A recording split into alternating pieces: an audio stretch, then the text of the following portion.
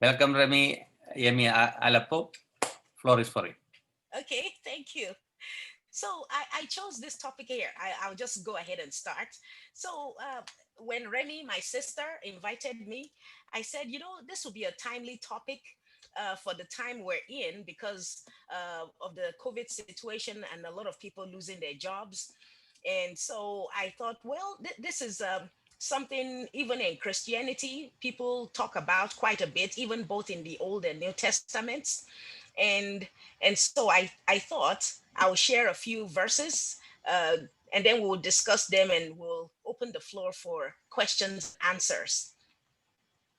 So what I did, I put together a few Old and New Testament resources that point to taking care of poor people. For instance, this Old Testament proverb says, "Whoever oppresses the poor shows contempt for their maker, but whoever is needy, I mean, kind to the needy, sorry, honors God."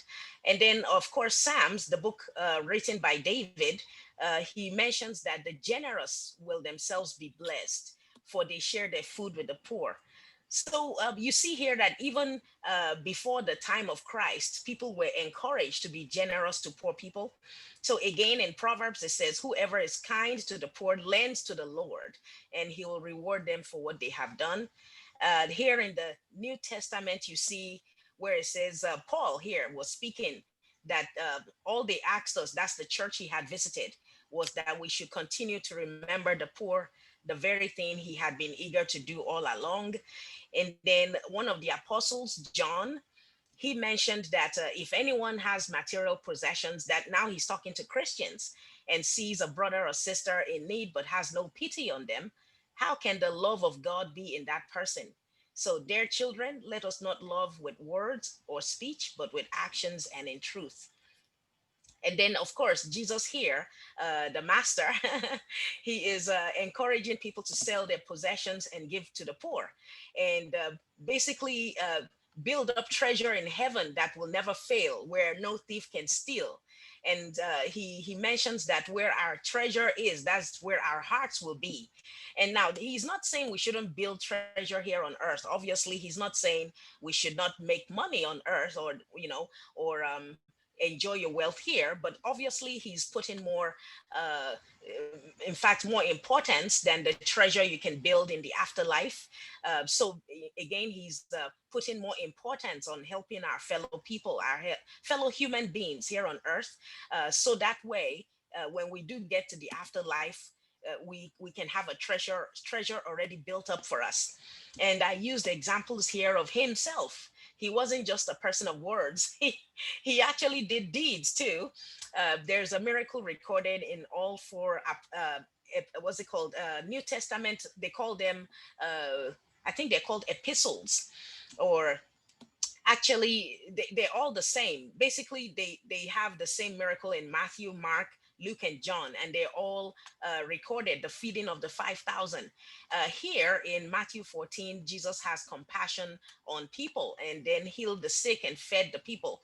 And then in Mark, the same thing is repeated, where he had compassion. See that word compassion, it keeps repeating itself.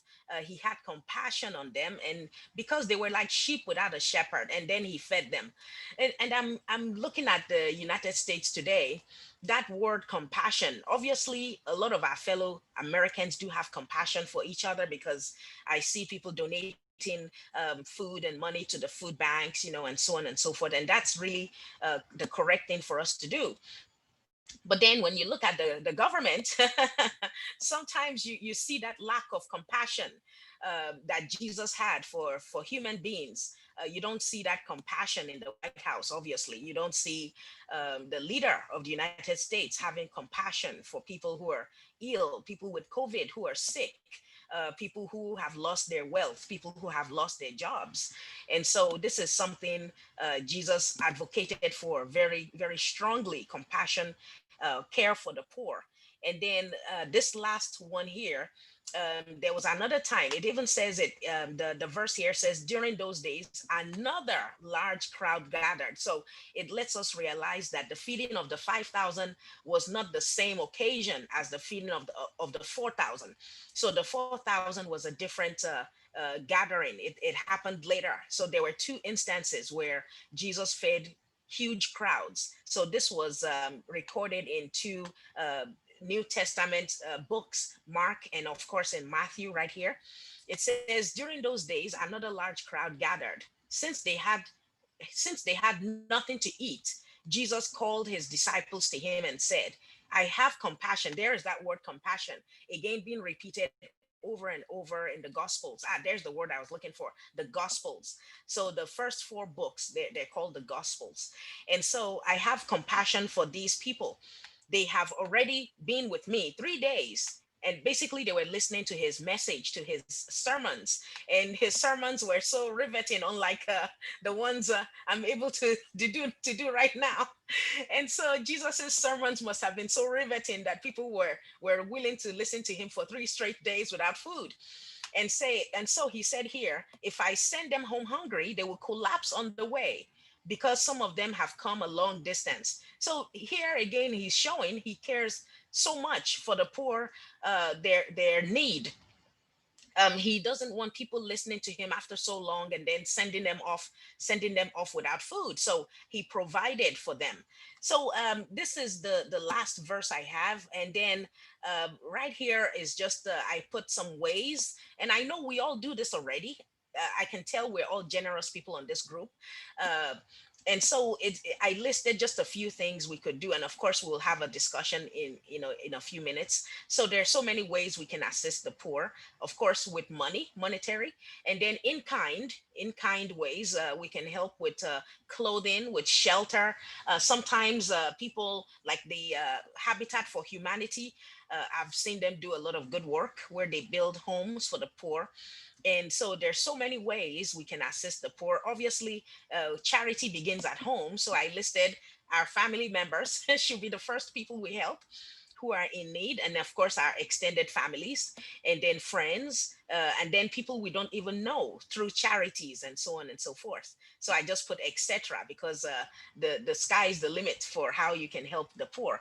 And so I wanted this to just be an overview of focusing on how we can help each other, especially in these days of the pandemic. And so in this is my last slide. So with this, I will actually stop the share, and we can open the floor for discussions at this point.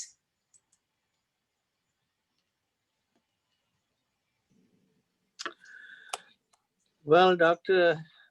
Yemi Alapo, my name is Dr. Kipal Singh. It's nice to listen to the proverbs and quotations from you. By the way, I'm from originally from India, but then I practiced most of my life in Des Moines, Iowa, which is close to Omaha. Yes, nice to talk to you, sir. Then I'm retired now, live in Florida. And I belong to the Sikh faith. You probably heard about Sikhism. Oh yes, I was in India in Uh, 2013. were you? That's Yes. nice to know. And we have a tradition what they call the serving langar. We call it Guru Ka Langar. Guru Nanak 550 years ago was the one who started the langar tradition. His father gave him 20 silver coins and asked him to do a profitable bargain. So he went to the, while he was going with his friend to the market, he saw on the way poor and hungry people. So uh, he felt very moved, and so he brought the supplies to feed them and clothe them. And um, when he came home, his uh, father, of course, wasn't happy that he had wasted the money, but he said, "No, Dad, God has given you enough." So it was good bargain to help the people who are in need with some of your money. So that's the tradition which goes, and that has come to all our gurdwaras. Gurdwara is a Sikh worship house. All over the world, they serve the langar, not only in the gurdwaras for everyone, but also communities involved in disaster and other problems. Like recently, there was in England, there was lots of trucks stopped on the highway. They had no food, nothing, because France had stopped their entry into the mainland. So they prepared meals and fed them. And then, so that kind of thing, is a sort of common ground between Christianity and Sikhism. Um, I thought share with you about it. Thank you. Thank you so much, sir. In fact, I was going to add that when we went to India in 2013, we had the opportunity to visit some Sikh temples.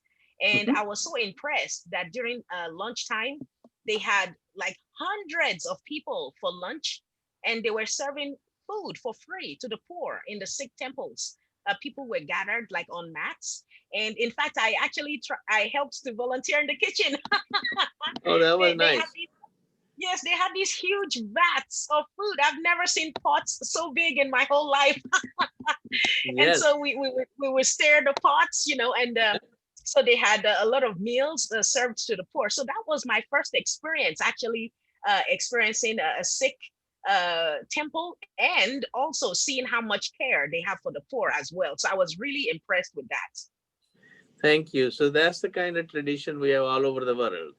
It starts Yes, from our headquarters are, of course, in Amritsar, the Golden Temple. You may have heard about it. Uh, yes. that's where they feed the more than 100,000 people every day. Hmm? And the Wow. food is prepared fresh and served breakfast, lunch, dinner, for people in between, depending on their needs. So, because people visit that Golden Temple from all over the world, so they say, well, first, clean yourself, feed yourself fresh before you go to the Sanctum Sanctorum to say your prayers or to see it. So this has been the tradition going on for over 500 years in our faith. Yes. Thank you. Thank you. Thank you, sir. I want to mention when they serve food, they serve for everybody, not only poor, even multi-millionaires are coming, sitting on Yes. the floor, eat with the hand. Yeah, that's You right. know, That's a you know beauty what? about What you said was true, because they invited us as well, and we were tourists. But I felt bad, because I figured the food was meant for the poor. So I didn't want to take away from the people eating. So they actually asked us to sit. But I said, that is okay, because I just felt that the food was really meant for poor people. That's what I was thinking at the time. That's why I didn't join them. Otherwise, I would have sat on the mat too, because it looks delicious. it. Yeah.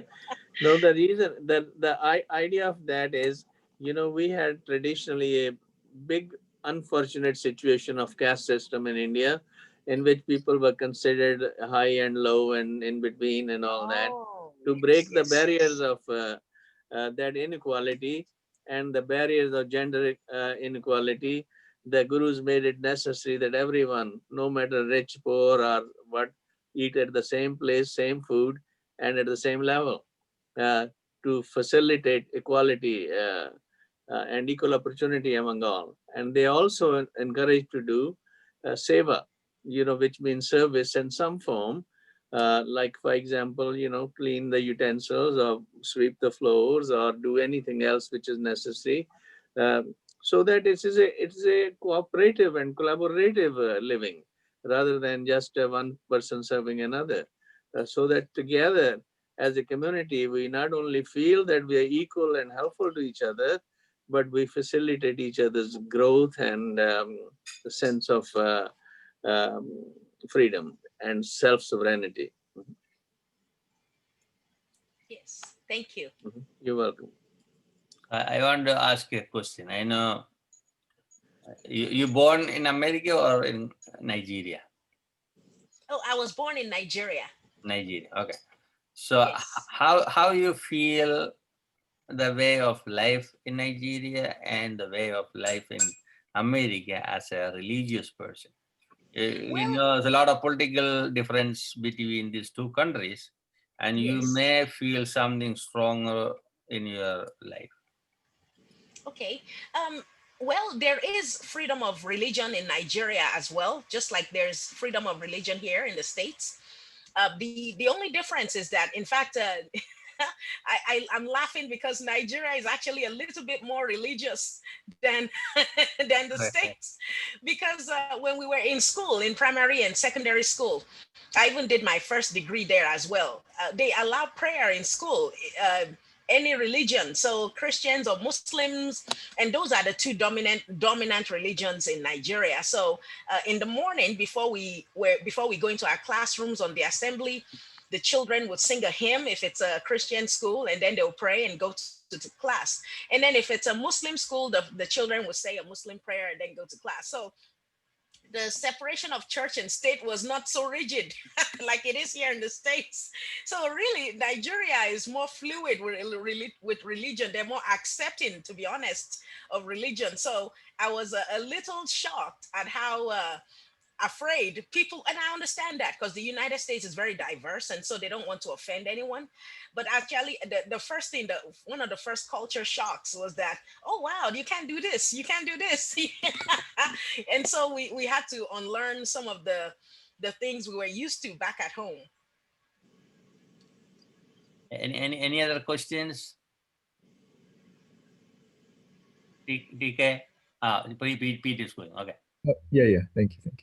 Yeah, thank you very much for your presentation. My name is TK Nakagaki. Actually, I'm from Japan also. So Oh, thank you. it's always, the cultural adjustment is always challenging. And Yes. so it's just, but at the same time, I just wanted to know how you became a Christian, or how, I mean, because I don't know much of background of Okay. of you other Okay. than the Demi's Yes. sister. So Okay. I just Yes. wanted to Yes. know a little bit about how you came with the Christianity, and how what you found, very Okay. important for yourself. Okay, thank you. That's a wonderful question.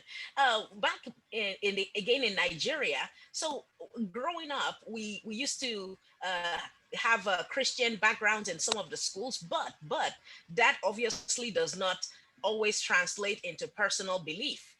So as time went on in high school, we had missionaries who would come to our school, and they would preach the gospel to us. It was actually a boarding school, and one day they actually showed a movie about hellfire.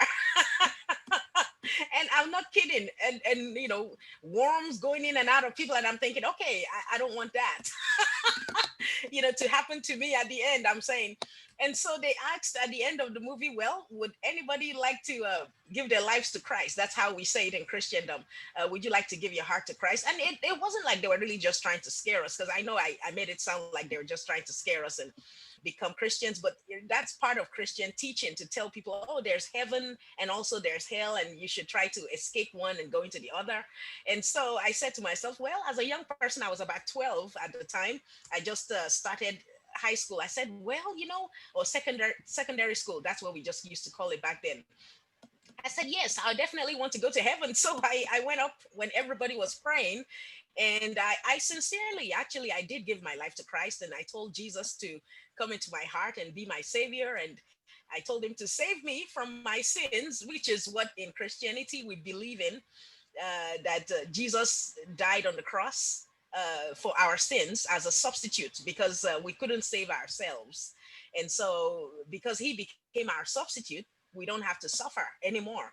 And so that he becomes our sacrifice. Let me put it that way, because back in the Old Testament, you had to kill an animal for your sin. So now you don't have to do that anymore, because Jesus is now that sacrifice by dying on the cross. And then, of course, the missionaries went on to say, well, he didn't just die, though. The good news is he rose from the dead. So then you can't, he can save you just like he saved himself from death. So that was good news. That was good news when I heard that. Sorry, and I went, yes, I would like to. I would like to accept that. That's good. That's really good. And the interesting thing, when a person does that, it's called born again. Like you're born, like the way you were born. So your mom gave birth to you the first time, and then the second time it's called born again, when you give your heart to Jesus, like when I did. And I'm not joking. You actually sense a newness in your life. You sense something happening in your spirit that you didn't have before. So you do have a new life that experience gives to you. And so that is what is called being born again. You're now a Christian, and so you're supposed to live that way if you've been born again. And the Spirit of God starts to help you to live like that, because you can't do it by yourself, because we're still human. We live on this earth, and there's still a lot of sin and bad things happening that tempt us every day. But that's what the Spirit of God is there to help us to do, to help us to say no to those things. Thank you. Yeah. Amen. Thank Uh, so I have a question for you to, thank you. in your opinion and your experience living in Nigeria and now in the United States, how do you think apartheid could have been justified based on the Christian teachings? In fact, I totally agree with that's a wonderful question. I've thought about that myself, that a lot of the unfortunate. Oh, let me ask, sir, from Japan, did I answer your question? Okay, okay, I'll come back. Okay. Oh, he's on mute. Okay, okay, all right. All right. So, sir, from India now. Yes. Okay, so yes, yes. So the question about apartheid, totally, because I'm from Nigeria, because and I'm an African too. I was totally against apartheid while it was still happening back in those days. And I do agree. A lot of the people who unfortunately supported apartheid, especially the people with European background, they were of Christian background too, and that was a shameful thing.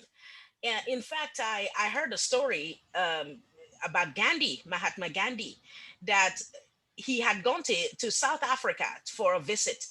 And he was a lawyer at the time. He was still, he used to still dress in a suit back in the day before he became a freedom fighter, for civil rights and Mhm. so on.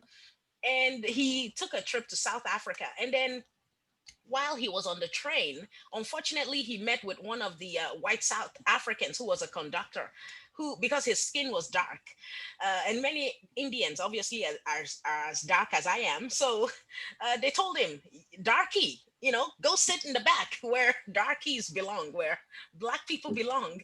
And he said, but I have a first class ticket. Well, you don't belong in this seat. And so a lot of the discrimination that he experienced while he was there actually discouraged him, because the story I heard was that Gandhi was actually one of those people who was searching for the truth. And one of the people he actually held in high esteem was Jesus. He loved the teachings of Jesus, Gandhi did. But then when he came in contact with the supposed followers of Jesus in South Africa, he got discouraged, and he decided, well, maybe that's not for me. So Mhm. now going back to your question, apartheid and the Christian faith are incompatible. They're not compatible. And so my answer to that conundrum is that the people who were supporting apartheid, who were also claiming to be Christians, were in fact very likely not true Christians. I'm not ashamed to say that. They were probably not true Christians, because as I can see from the compassion that Jesus showed in the New Testament, Jesus will not have discriminated against anyone of any color, because God made all of us. And so uh, anyone who discriminates is really not following the Christian teaching. That's what I believe. And unfortunately, they claimed they were Christian. Mhm. So how do you explain the inner cities in United States and in many Western countries? They have the poor and the black and the others, congregated there. While the people, the churches, instead of trying to preach the gospel in those or service and other kind of things, they move out in the suburbs. How do you explain that phenomena? Where does the teaching go there?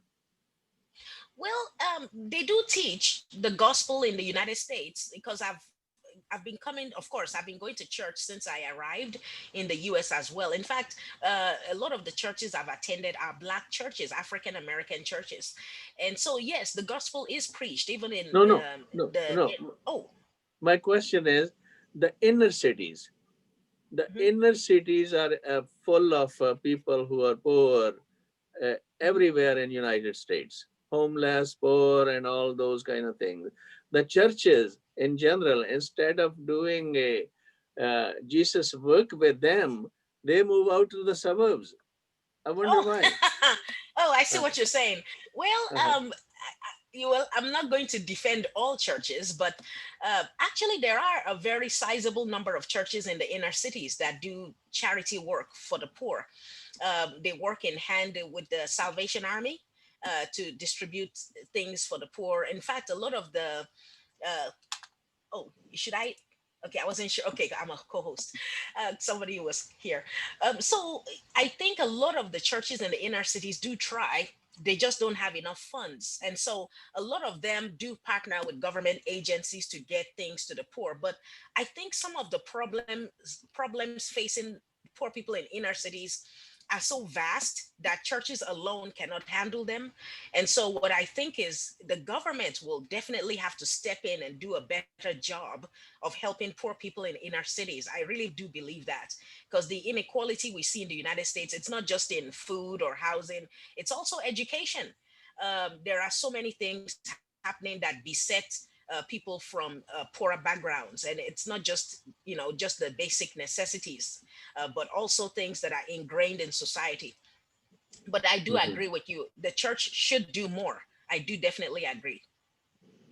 Well, I was thinking of those churches who move out in the suburbs instead of stay in the within the city, along with the people, or even if the people were living outside, so that people make a trip and go into those churches, so that resources for the churches can be built and used for the poor people. Hmm.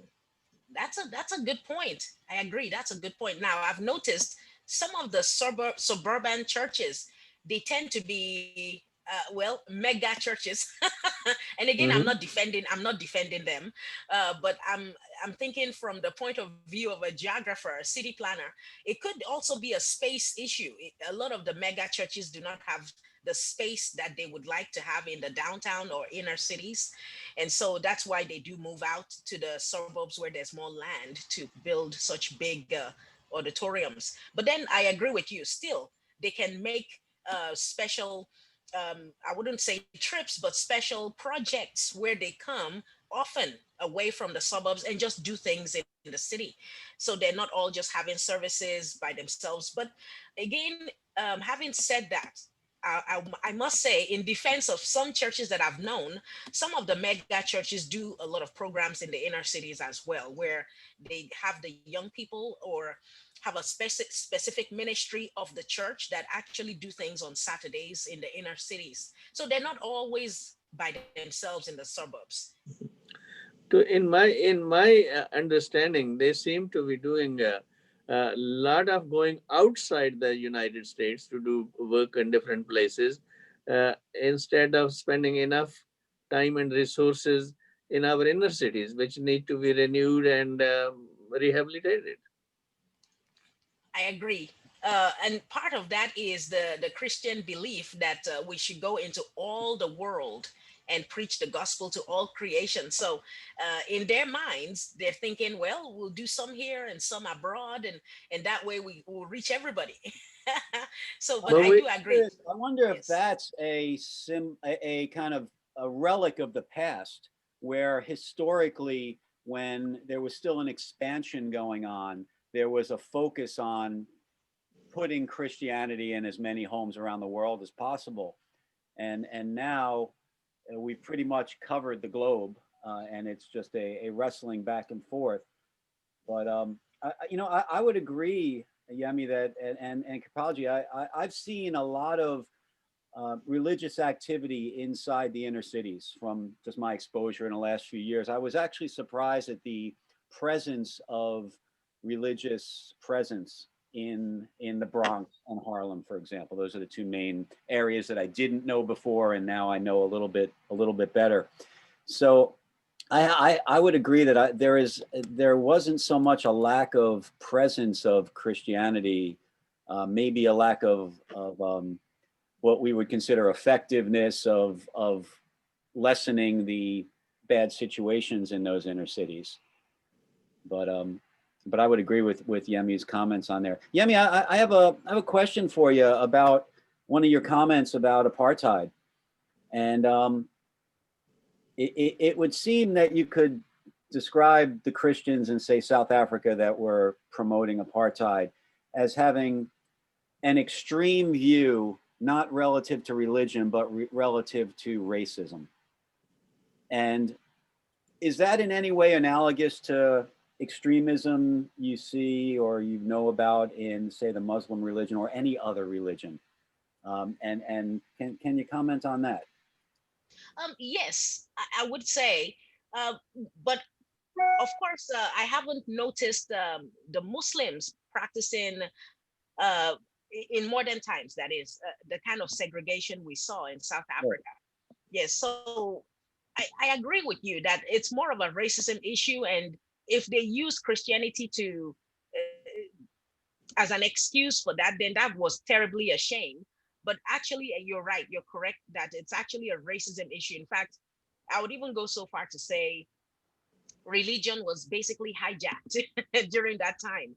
It's not a religious thing because obviously no part of the Bible preaches racism against people because we even see here in the book of Proverbs, it says whoever oppresses the poor basically insults their maker. And so God is against racism.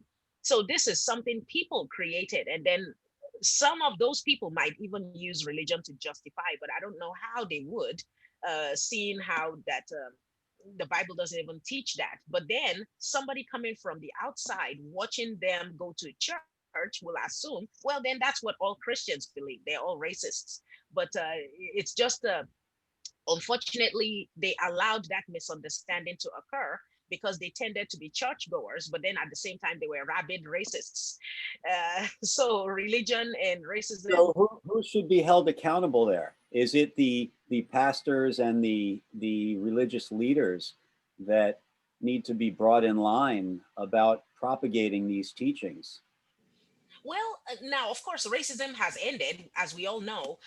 But back in the day, I would have, you're right, I would have held the pastors accountable for not calling out the racists in their congregation. In fact, I will even go so far to say that some of those pastors probably were racists themselves. Yeah. Themselves, yes, I would not even be surprised to know that some of those European pastors in South Africa were probably thinking the way some of the rest of the congregation were thinking, because definitely a pastor should have called out that behavior and said, oh no, that's anti-Christian. You cannot claim to be a Christian and hate a person who is of a different color from you. So I agree, they So didn't do so enough. in that case, for this discussion, we're saying that the extremist view is not religious, but if we look at extremists within religions, and I'm not trying to pick on any particular because there's extremists in every religion, I'm sure. But if we look at some of the extremist Muslim groups that exist, and claim their actions based on very strict interpretations of things, um, is there the same ability to hold those leaders? Is it the right thing, do you think, to hold those leaders accountable? And I'm thinking specifically in Nigeria, because I know there's the Christian and Muslim Boko Haram issues, and all over the world, there's a lot of extremist Muslim views that my question is there a tact of trying to hold religious leaders more accountable? I agree with that. I agree with that stance. I believe people who are leaders, in position of leadership, they have the responsibility to teach that extremist views are not acceptable in their religion. And if they teach that on a regular basis, that would allow their followers to see they would not be using that religion as an excuse for their violence. Again, Boko Haram being a very good example in Nigeria. So if religious leaders, in example, and I think some of them do, even Muslim leaders, some of them do, they do denounce Boko Haram because they're so violent.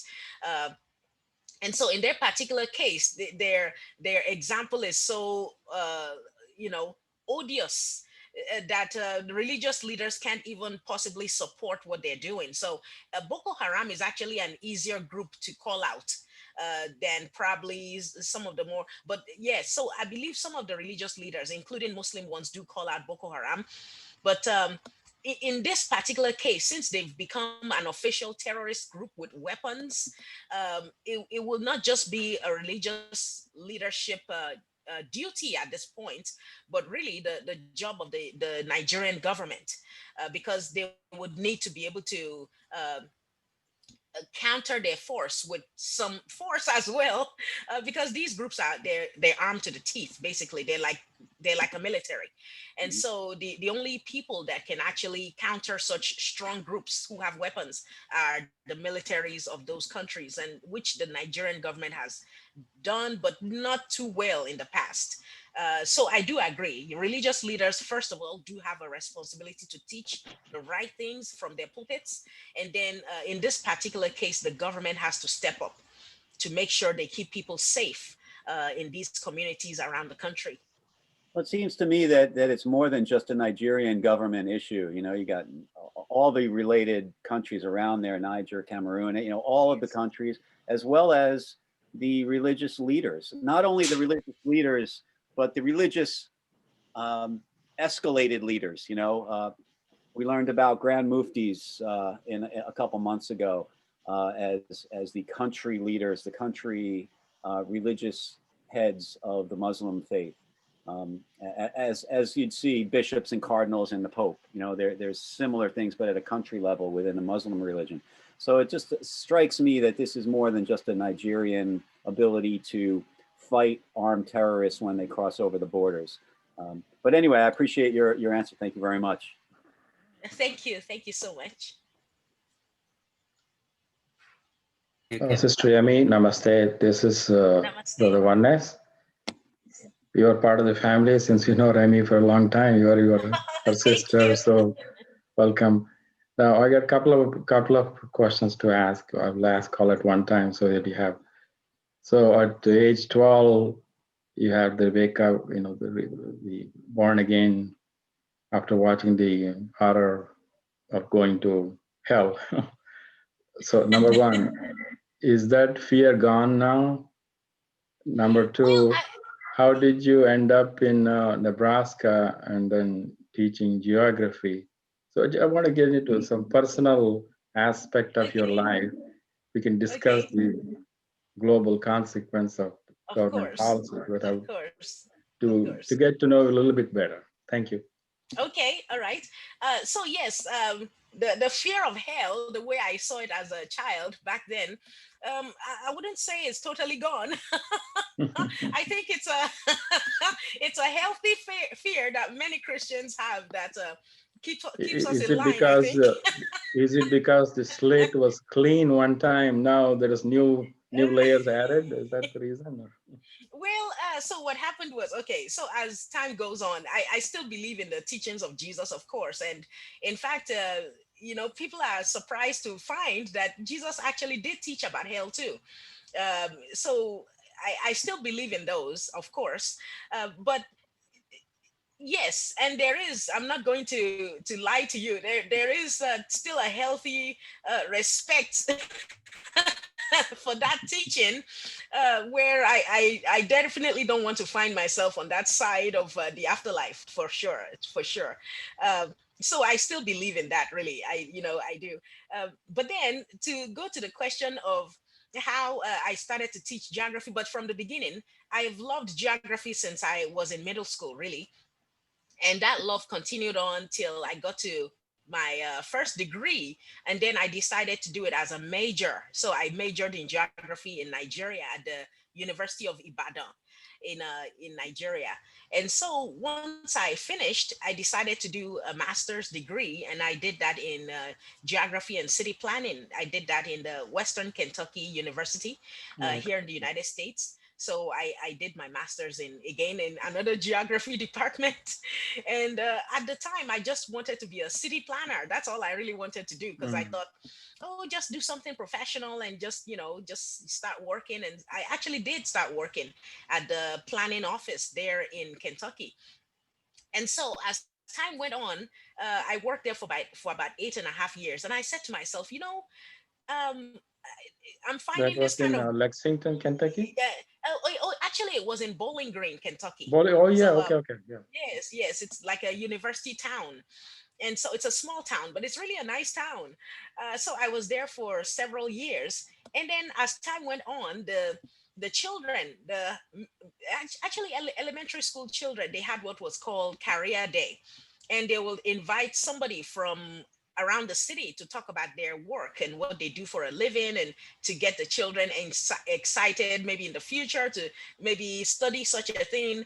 And so they would contact my office to ask for a planner, a city planner, to talk about what city planning is. So my director always sent me. She would say, "You go. You sound like somebody who likes to talk." And so I would go, and actually I would enjoy it so much. And I found that every time I went to talk about career day was the highlight of my whole week. I was always Mm. looking forward to it. You wanted to get into. Yes, and then Mm. it's interesting because back in Nigeria, when I finished my first degree, I didn't tell you, I actually taught in high school for 2 years.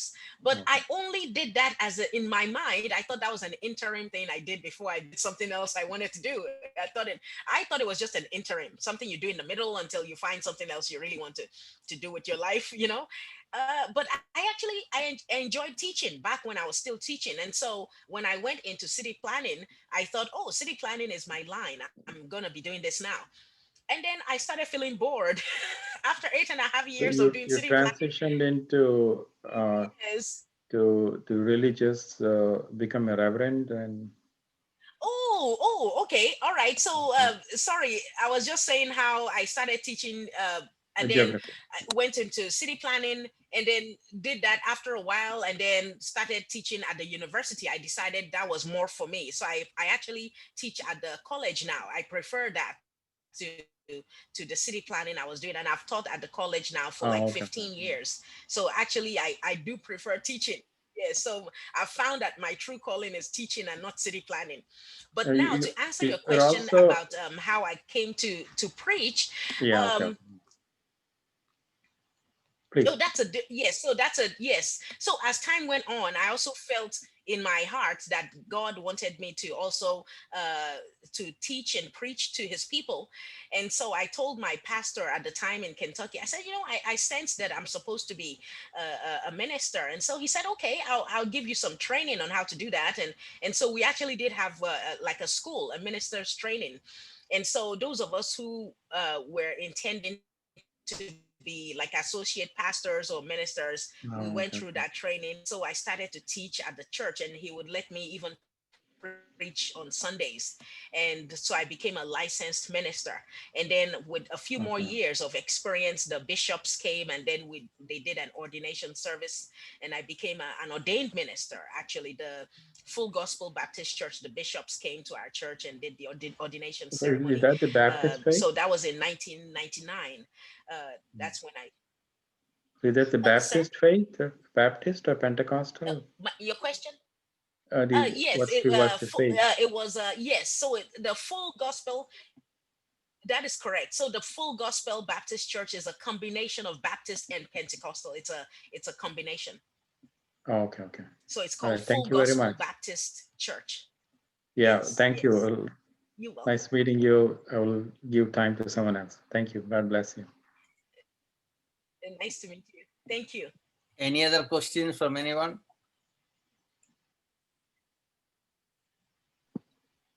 Oh, if nobody's asking, I will ask you about how is living in Omaha, Nebraska.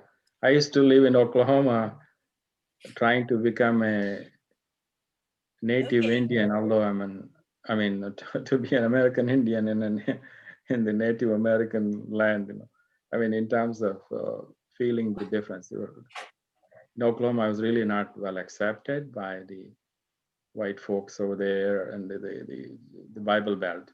How is your experience in Omaha? In Omaha, actually, I do enjoy living there. It's a beautiful city. It's a mid-sized city, about 400,000. And so the reason I like Omaha is because anything you're looking for, you can find without going to a huge city like New York or Chicago.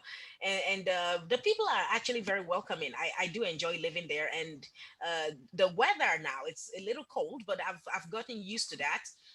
The first few years it snowed quite a bit and it gets down to minus, but that's something you're used to in the Midwest. So Omaha is actually a beautiful city, very clean.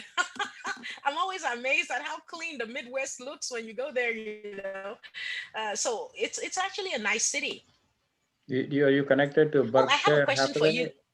Hathaway? The company Berkshire Oh Hathaway no, is I'm not. located there. No, yes, it's located there. I'm not connected to them though, but I do Yeah, shop at there. the Nebraska Furniture Mart. Yes, the Yeah, biggest that's furniture mart in the whole country. a Yes, lot it's of huge, farming, owned by cattling, Warren right? Buffett. Farming, cattling, and Yes, yes, mm, a lot of soybeans and corn, maize, a lot of, yes, farming. okay. It's a very So your intensive farming congregation, state. your congregation, what type of people attend? What their background? Farmers, city people in your church? Yes, so because it's located in Omaha, it's very diverse. So we do have people combination who come from the city and some who come from rural areas. A lot of them are professional people who live in Omaha too, but from also some people commute from the surrounding areas to attend. A lot of so again, my church is one of those few churches in Omaha that is very diverse. Now, I'm not the senior pastor; I'm only one of the leaders there. So and we have a lot of people of white heritage, obviously, because Okay. Mm. Nebraska is 90% white. Right, right, right, but right. yes, however, Omaha has a very distinct immigrant population, and so we have a lot of Africans who also attend the church. In fact, that's how I heard about the church. It was from a Mm. group of Africans that I had met at a store the very first week I arrived. They said, "Have you been to church yet?" I said, "Well, no." They said, "Why don't you come to ours and check it out?" And it's very diverse, very very Mm. diverse. So Right. the Thank church is really like almost the United States. you. Mm. Thank you. Thank you. You know, You're welcome. my best memories about Omaha were going to Henry Dorley Zoo, and then Peony Park, and then Jocelyn Art Museum. Yes.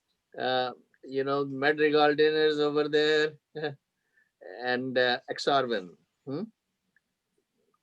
Oh Yeah. yes, and those things are still there.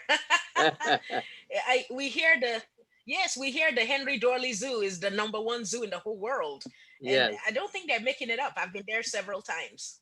Mhm. Yes, it has It's the beautiful. largest indoor jungle. There's actually an indoor jungle in the zoo. They also have an enclosed desert dome, and so they have so much going on in the zoo, so many levels, and so many environments and biospheres that they said the zoo is actually number one worldwide.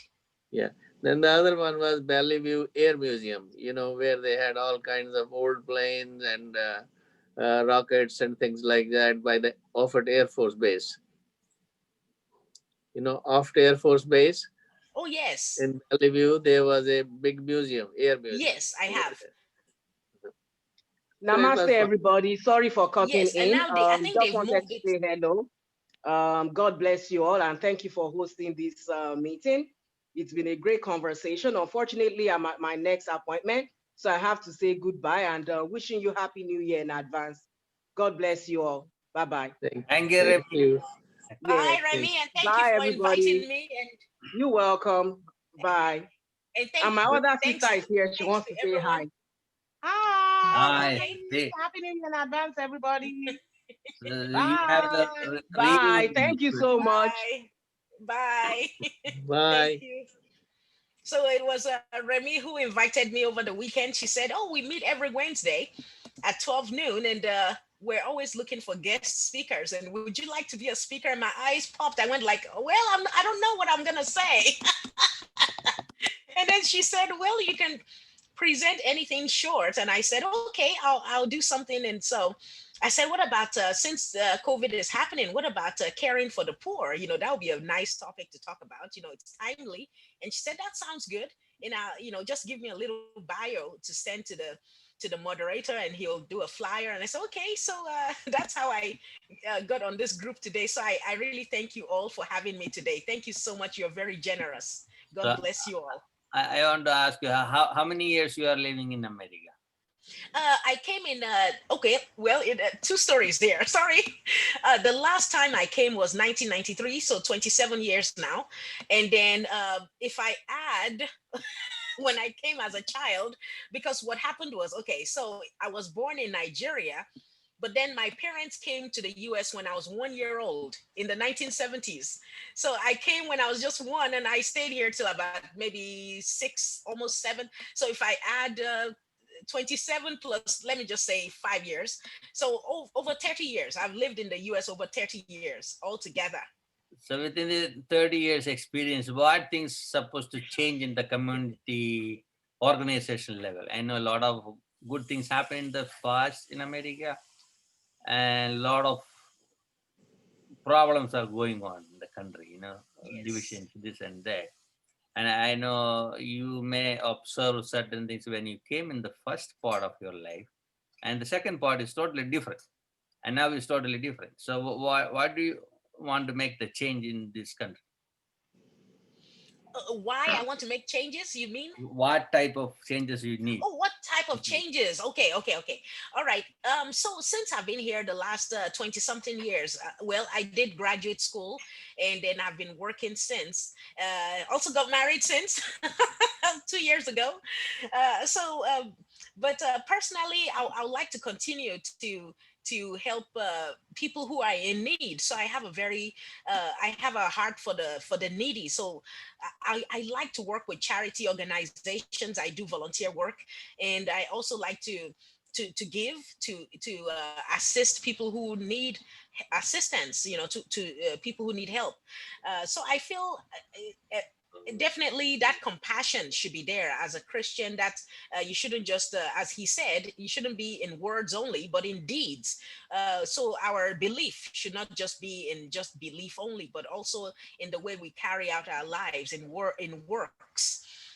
In fact, there's a place in the book of James that says faith without works is dead. So a true Christian should show your belief by the way you treat people around you. And so I would like to continue to do good things that foster the good life. We call it the good life in Nebraska, that foster the good life for the people around me. I saw Ajay Abhiraman and Gabriel both are here, and who would like to ask a question?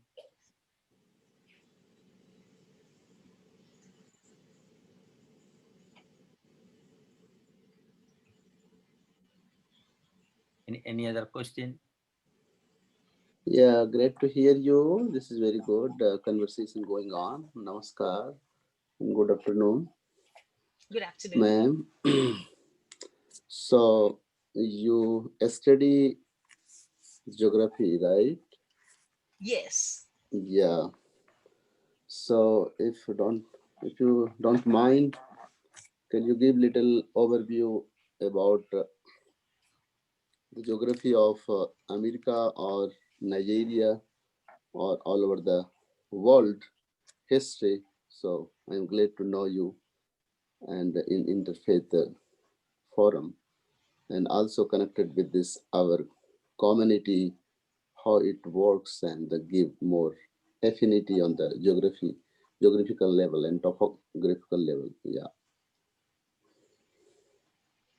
Oh, did you ask that I should explain the geography, sorry, of a specific place? Yeah. For here, I think in the United States, whatever you understood and what would be the benefit, which topography and geographical part is better for the health, happiness, and research in the various ways. No, so certain climate and the topography is not good for the health, good for not good for the mind, and not good for the soul. So you have a better study in research. So that's why I'm curious to know that. Yeah. Okay. Now, historically, what I've heard people say, again, it's from people talking, it's anecdotal. So I'm not sure if it's true or not. I hear that the drier climates are better for people's health, like Arizona. Now, having been to Arizona myself, I'm not a big fan because it's dry and hot. My experience with Phoenix some years ago was that we had to have umbrellas on our head just to get around downtown because it was steamingly, I mean, it was hot. But somehow people do believe that that dry climate is good for their breathing, for asthma, or people who have serious breathing problems, that if they're in a dry environment, it might help. So again, I've heard people say that. I'm sure you all have heard people say the same. So other than that, that's about what I've heard about the climate. That drier climates are better for health problems, for breathing. But as far as landscapes go, I think that's just a matter of choice, really. Some people prefer highlands, lowlands. I know people in Denver, Colorado, some of them are maybe very sensitive to heights, and so people like that is people who are sensitive to heights may not want to live in a place that is too high. But again, it's a matter of personal preference, where a person chooses to live as far as geography goes. So now Nigeria is similar too. Nigeria is very diverse, like the United States. We have 400 ethnicities in Nigeria, and the landscape is just as diverse as the US, even though it's a smaller country in size. But the landscape is also very diverse. And when I lived there, I actually preferred the southern part that wasn't too hot. So again, I Mhm. think it's really a matter of personal preference. And the north is more, it's hotter. Good. Very nice. Thank you so much. So, how long you are living here, staying in United States? Already, just once again, please. How long you are here in US? If I add about 32 years, if I add since the time I spent as a child to Yeah. when I came as a grown up, I would say 32 years. Yes. So, what is the best understanding in the comprehensive understanding? What you can give the message? What would be the best message from your side for the interfaith community or around the whole United States? What can say persons and any good message? What based on your experience and research, your background and everything. So, what you like to give them good message to the community of interfaith or any general community? That we should continue to be connected, to be one. In fact, it's important because even Jesus said he would like people to be united, because we really cannot get anything done unless we are united. We see a lot of what is happening in our Congress in the United States because people cannot get along and just get something done. And so we do need to, at least, even if we do disagree on some things, we still be, as humans, as God's children, we still have to see face to face and sit down and listen to each other, and we need to find common ground. I think that's what you're asking. We're Good. all of different faiths, but we need to find places where we all have common ground and work together successfully in those places. So for the betterment of the human race, we definitely have to, find places we can, agree on, because we obviously would not agree on every little point, but there are definitely so many things we do agree on. And I've heard the gentleman from India who lived in Iowa, Mr. Singh, you did say correctly that even in the Sikh faith, people care for the poor. So you see, that's a point of agreement right there. Mhm. So where people do agree on certain things. So I do. That's a good question. So what I would suggest is that we find common ground with each other, even if we don't all agree with everything we believe in. Great, very good. Yeah, Reverend Yemi, fortunately, question. we have more common grounds. Fortunately, more common ground than differences, really. which is the wonderful Yes. thing as we relate to each other in the interfaith meetings. That's been my feeling and conclusion, that we're more one rather than different. And whatever differences we have, they even need to be celebrated, because God is all diversity. Otherwise, diversity cannot exist without the divine um, allowing it to happen. Thank you. Reverend Thank you. Hemi. That's a great point. Hi. Hi. Okay. Jesus first said, "I'm the messenger of God." Then he said, "I'm son of God." And then he said, as the realization progressed, then he said, "I and Father are one," to feel the oneness of all. Can you make your observation? And there's no one question. Second question is, in the Bible, there's no record history of what happened to Jesus between age 12 until age 29 for his spiritual growth and progress. If you can shed your light on that one. Thank you. Okay, you're correct. The Bible usually gives highlights of Jesus's life. So everybody knows about when he was born. So that's why we all celebrate Christmas. I mean, the Christians, and then there's a gap after that, and you don't really hear about him again till he's 12 years old in the temple, and he starts to teach the elders, and everybody's impressed that he's so wise at such a young age. And then there's another gap again, a huge gap until you hear about him teaching as an adult. So I think it's not that the Bible wants to skip over his life.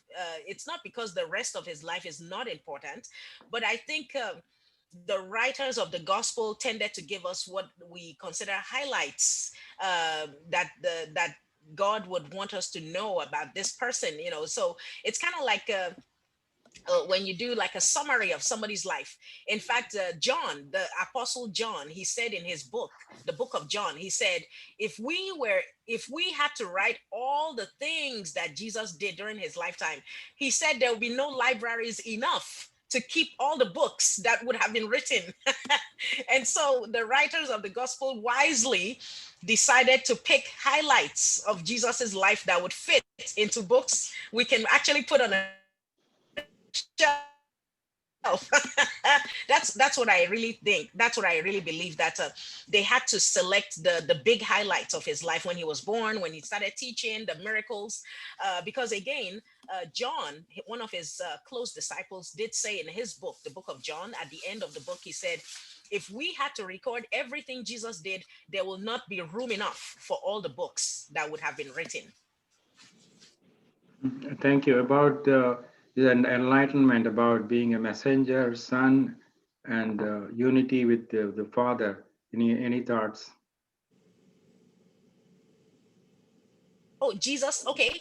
Yes, Jesus saw unity with the Father as essential. In fact, as what's it called? Necessary.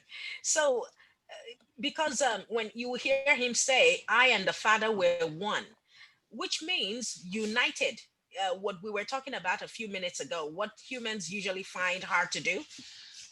Humans are always arguing about something, but according to Jesus, he and his father never argue about anything. They are in agreement all the time, and so you will frequently hear him say in the book of in the New Testament, you'll hear him say, "I and the Father were one," which means we think alike.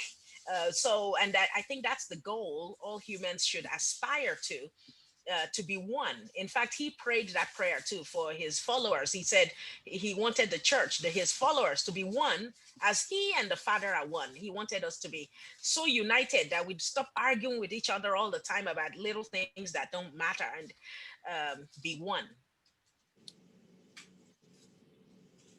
Thank you. In terms of path to salvation, is it only Jesus is the only way, or is it other ways? What is your view? Well, as of course, as a Christian, Christians will say that we would always go back to the book of the Christians, and you'll frequently hear the average Christian believer, quote the book of John, where Jesus said, "I'm the way." He says, "I," Jesus speaking. He says, "I'm the way, the truth, and the life, and that nobody comes to the Father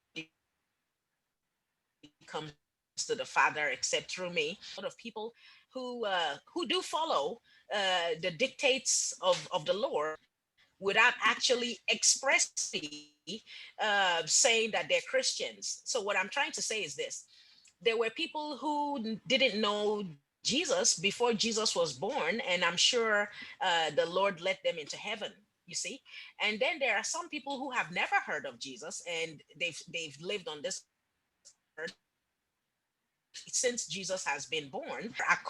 According to the teachings, when I say teachings, according to the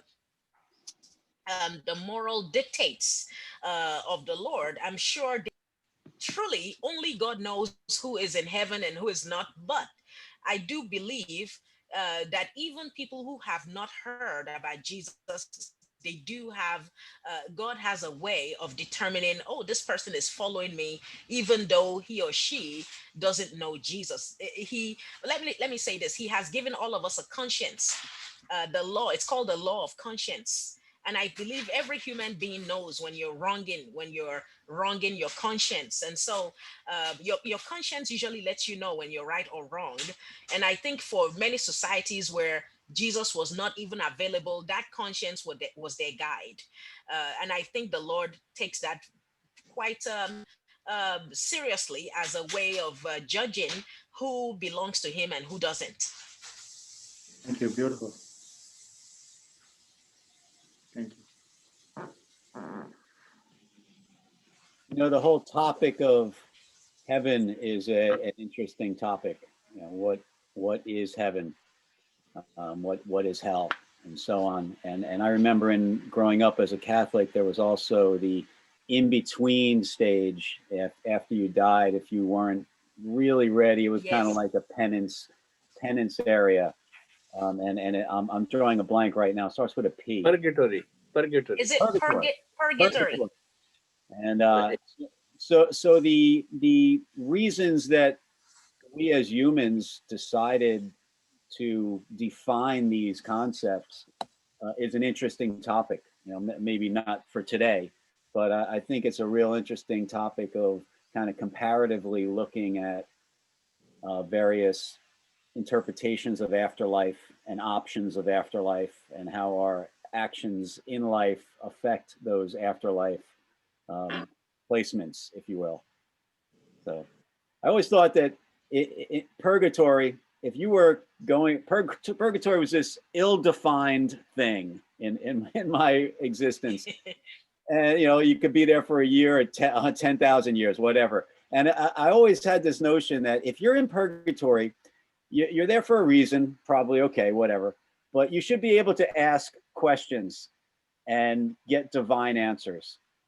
And I always thought that that was an interesting topic of conversation also. So another time, but I hear you talking about heaven and I say, what, like I said, what is peace yes. education? You know, it's not defined really well. I agree with you. In fact, that's why many Christian churches don't even teach about purgatory, because in the main, I call it the mainline Bibles that most churches use, it's not even present. The teaching is not present, you know. So now the Catholic Church definitely does teach that. Because there's a group of books called the apocryphal books of the Bible. And what that means is they are books that were, when they were selecting books to put in the King James original Bible, the scholars, when they looked at those books, they figured, you know, these books don't look like they're very valid to Christian teaching. And so some of the books were not included in the King James original Bible. But now some of the Catholic churches do include those books. And so that's where you'll find the teaching of purgatory. So because the mainline churches that are Protestant did not include that teaching in the book you know, they didn't include the books where that teaching is found. They tend not to teach about purgatory. You know, they teach about heaven, of course, and then of course hell. So those are the two places they tend to teach about in Protestant churches. You know, heaven and hell. You know, but you won't really hear them talk about purgatory. In fact, the only place you would find a teaching on that will be the Catholic Church. Have you You studied know, it's, any of the other so-called Gnostic Bibles that are not included in the Bibles besides the? The only one, yeah, the only one I have looked at so far is the Book of Enoch, and that's the one that was discovered in Ethiopia some years back, some decades ago, actually a few centuries ago. Written by, according to what I've heard, was written by Ethiopians, actually, by Africans. And so that's one of the books that are not included because at the time the Bible had already been concluded by the time they found it. And so that's the only one so far, other than the apocryphal books that I've looked at. I haven't looked at any other um, non-included books. So so sorry, go ahead. Pete, in Sikhism, the solution is very simple. There's no hell or heaven. The, the whole existence is God is in the existence and existence is in the God. We are not separable from each other. And as you sow, so shall you reap is the determining principle. If you continue, all your bad and good is created by you, not planted on your platter by anybody else. Because God loves everyone, God wants to redeem everyone. Either you die and be part of the God, what we call it Kumkar, that's where you came and that's where you merge into. Or you come back and continue your process of redemption until the time comes when you um, qualify, so to say, which is by grace, of course, which can happen anytime. But otherwise, there is no such thing, eternal hell or eternal heaven. There is no such emphasis on these things. So that's how simple its approaches toward these things. But the emphasis of human rights and our initiative and our courage to do and help take care of the poor is most important. Mhm. Thank you. There's a Can you Thank highlight? imaginary question I want to ask. If Mm. Jesus is coming back now, what he will think about all of our religious people or non-religious people, including Christians or the interfaith people? What do you think about that? The imaginary question. Okay. Oh, what I think about the Oh, you're asking me what I think about the interfaith? If Jesus is coming now, what Jesus will think about all the religious people, including interfaith and Christians? Because people live their own way. They are not going to live according to his way. They have their own style. So what do you think about that? Yes, This if is Jesus were to imaginary. come back today to the earth, uh, okay. Well, I think if Jesus were to come back today, he'll probably be maybe half and half. He'll be disappointed that people are not living the way he thought they would live, and I'm including Christians in this. He'll be going like, "Wow, this is not what I expected you guys to be doing," and then of course he'll be pleased too to see that the compassion that he left on earth is continuing because again I use this example of this time that we're in with COVID and unemployment. People are really very generous. I've seen unfortunate things where people are lining up to receive food, but then there are people who are willing to donate to that. And so he would find that actually people are still around who do believe in compassion. So I think that would please him. He will be happy about that, that justice is not fully gone from the earth. Because that's the worry for many of us who love justice, that we were watching, especially the United States, we were watching our country devolve into a lawless place. The White House, and I'm not ashamed to say or afraid to say that we were watching the rule of law disappear before our very eyes, and I don't think Jesus would have approved of that. Now, many people might say, well, that's religion, that's not politics, they should not be mixed. People tend to forget that during the time of Jesus, he was also a political person, because when he went to the temple, the Pharisees were the political people of his time. They were the leaders of his time, and he was always insulting them. he was always calling them, "You brood of vipers, snakes." So I can imagine if he was alive today, if he were alive today, he'll go to Congress and the White House. I can just imagine him going, "You brood of vipers, snakes." So yes, he'll be pleased in some way that compassion hasn't ended, and that people still believe in justice. The regular people believe in justice, but he'll be disappointed to see that the leadership has not changed since he left it 2,000 years ago. May I add to that as a non-Christian, I feel Jesus will be so amazed that how so many denominations have come place. When I'm only one, Bible is one, how come there are thousands of these differences? Rajbhai. Oh, okay. Again, Reverend Yemi, if you can highlight the differences between Pentecostal and the Catholic faith, and what's your view of uniting all the different factions within the Christian faith? What can be done?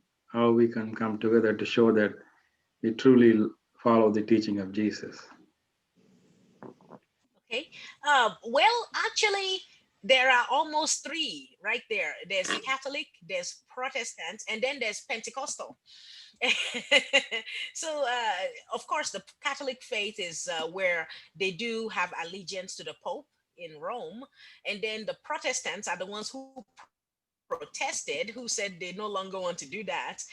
And then from that, we have the Pentecostal, actually the Pentecostal is almost a layer you can find in both, because there are some Catholics who are, we call them charismatic Catholics. Charismatic Catholics are Pentecostal Catholics. I know that sounds weird, but there are actually Catholics who believe that the gifts of the Holy Spirit have not gone away. And that's basically what Pentecostals believe, that the Holy Spirit has certain gifts he gives to humans that are spiritual, and and that you can tell when a person has that gift. And one of them is you'll be able to, when you pray in, like, in a heavenly language. People call it speaking in tongues, or sometimes they'll say they can heal the sick, or so many different gifts. Yes, so that's Pentecostal. So those beliefs are, So they can there's be no found in icon the worship Catholic there. Church as well, not just in Pentecostal. There's no icon worship in In the Pentecostal Pentecostal. churches, no, exactly. So in the Pentecostal churches, no, they don't have like statues where they believe in saints. They don't have Cross. those. In fact, in most Protestant churches, they don't have those. Exactly, they don't have the, exactly, in the many Protestant churches don't have that. And They're all three more, they follows the pray and Holy Ghost believe and the Lord is a the spirit, inner in that voice consciousness. Sorry, all the yes. So three again, factions Pentecostals, people who believes are in Pentecostals believe, the oh no, no, Trinity. it's okay. Trinity. All three believes in Trinity, Holy Oh Father. yes, And, all Christians and believe in it. Yes, Mhm. all, yes, exactly. They all Father, believe Son, in and Holy the Spirit. Father, the Son, and the Holy Spirit. That's correct. That is very correct. Catholics, Protestants, Pentecostals all believe in the Trinity. That's but correct. That there's a there, Father, that's there God, is that unity his Son there. Yeah. Jesus. Yes, Thank exactly. So that unity is already there, really. They do believe in that basic teaching, and that's really what makes a Christian. The belief that there's God the Father, Jesus the Son, and then the Holy Spirit, those three. you. So that's what makes a Christian a Christian. So the It's Pentecostal a also basic pray the belief. same way, like they do the cross like this. Pentecostal or no? Oh no, no, no, no, they don't. They don't. Only Catholics.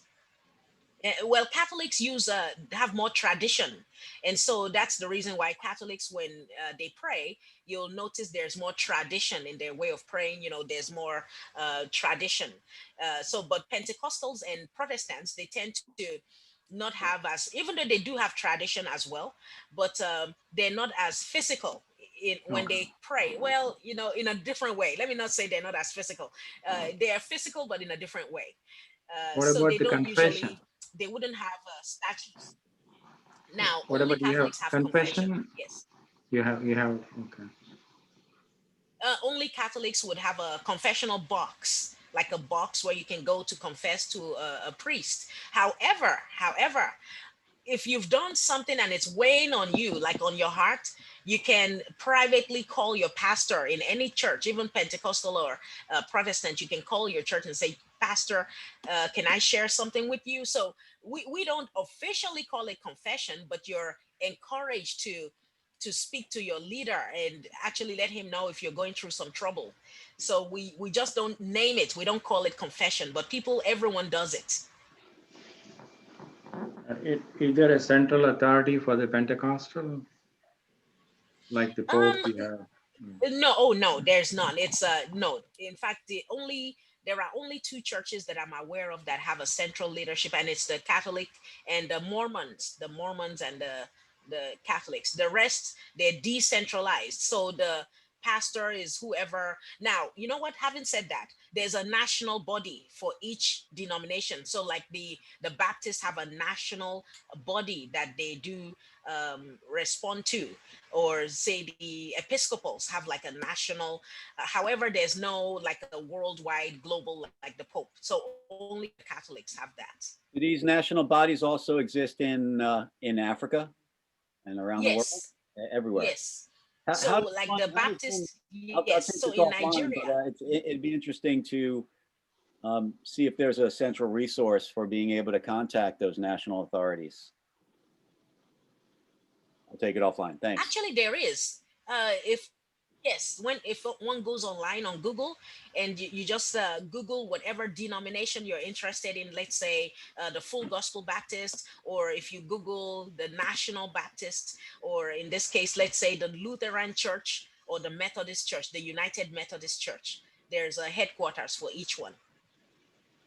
Like Orthodox churches, especially Ethiopian, Indian Orthodox, they are the very old groups, Christians, Yes, before Romans, Catholics.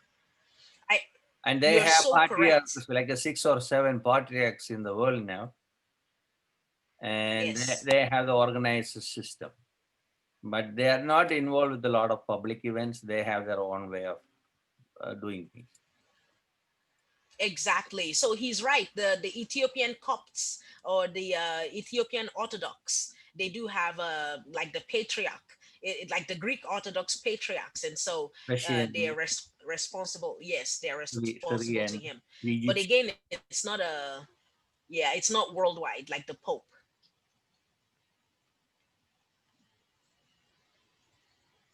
Gabriel, Oh, I was going to ask Namaste. the gentleman. Oh, sorry. Oh, sorry. There's somebody there. Go ahead, please. Yes. Hi. Hello. Namaste. I would Namaste. like to ask you: did you grow up in the Yoruba tribe? Yes, I am Yoruba. That's correct.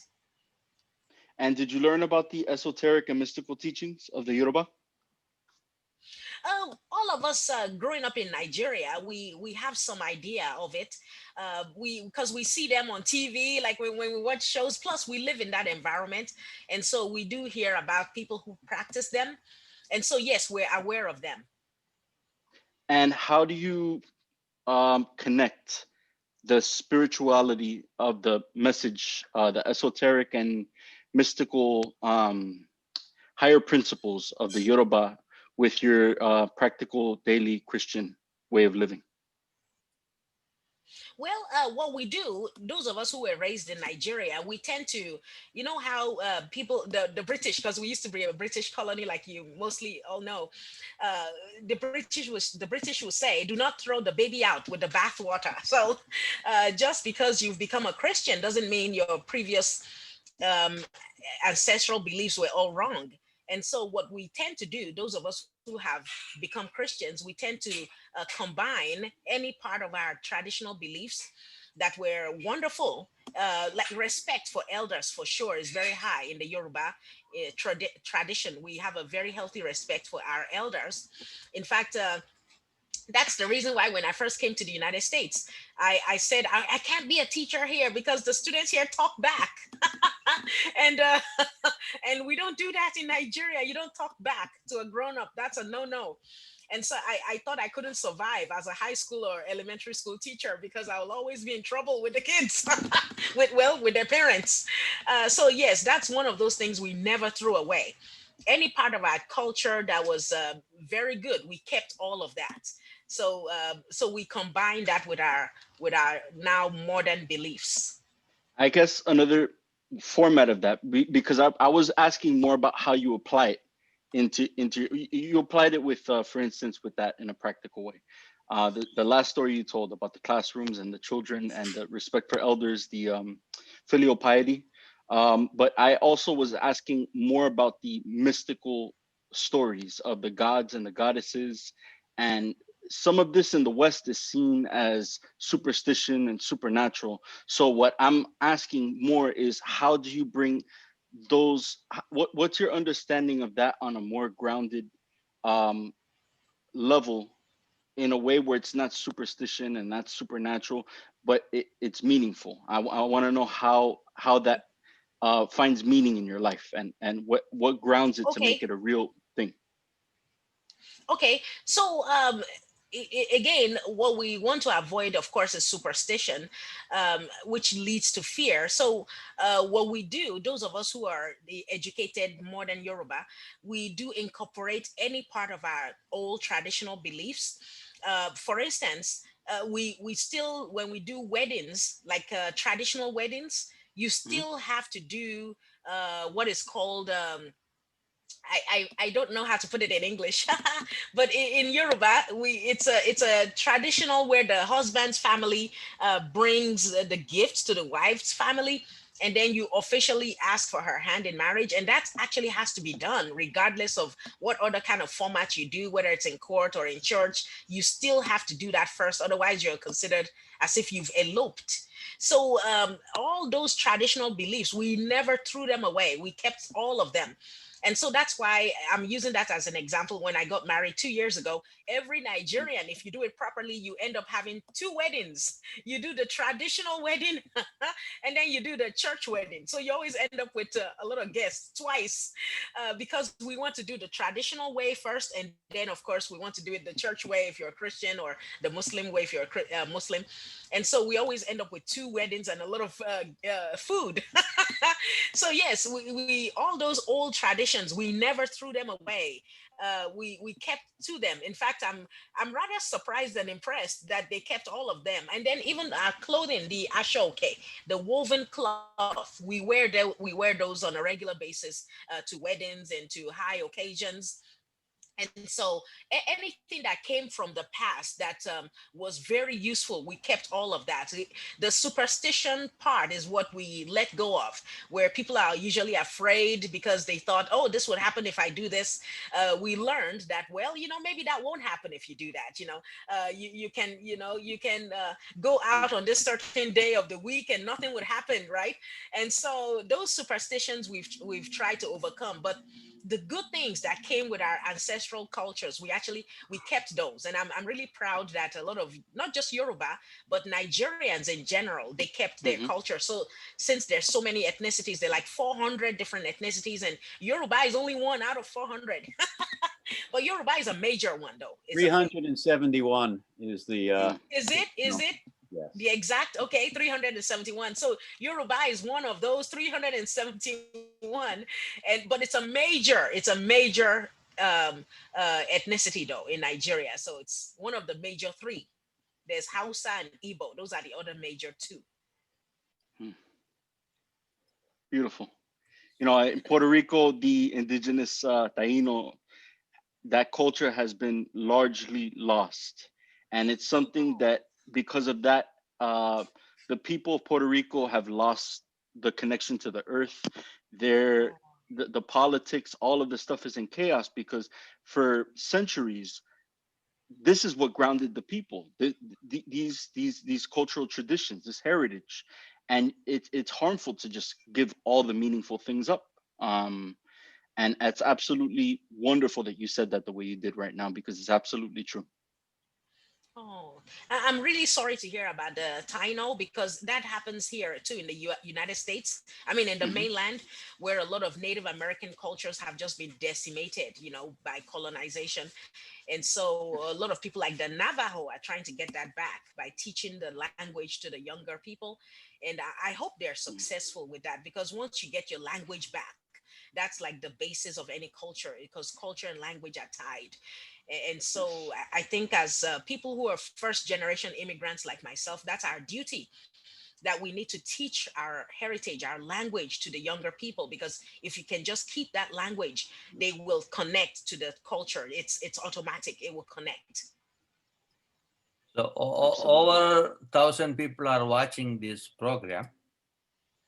It's great to see our uh, Yemi Alapo bringing different aspects of her personal life and other teachings from Christianity. I'm glad we were able to host her today. We are blessed to have her today, because it's already 1:30. We have another meeting at 2 o'clock, and we have to wind up very fast. And tomorrow night we have New Year celebration. Reverend Dr. T.K. Nagagaki from the IVA Foundation and Valio Community going to co-host that celebration with the interfaith prayers, music, little other celebrations. So I already put it on the Facebook. Please follow the link and be at the meeting by 11:30. Don't be late, because we have a short amount of time, and we'll end up this meeting. I want to thank Reverend Yemi Alapo putting her precious time to be with us, be part of her family. I know her a few years now. So with everybody's permission, I'm going to close this meeting because of the other meeting going on. So we'll be in touch, Reverend. Okay. It is already on Facebook pages. People are watching, and I'll put it on YouTube very soon. Okay. Thank Thank you you so again. much for having me. Thank you very much, everyone. I really appreciated your wonderful questions. They were very lively. God bless everyone. Amen. Thank you so much. It was wonderful. Thank you. Thank you. Thank Thank you. you, God bless Guruji. you as well. God bless you and Happy Thank New you. I'll see Year's. you Happy tomorrow. New Thank Year, you. everybody. Happy New Year. Very good Yes, conversation. hoping for a better 2021. Better. Happy rest of the International Month of Peace. One more day. Yeah, Amen. it is. Yes, yes.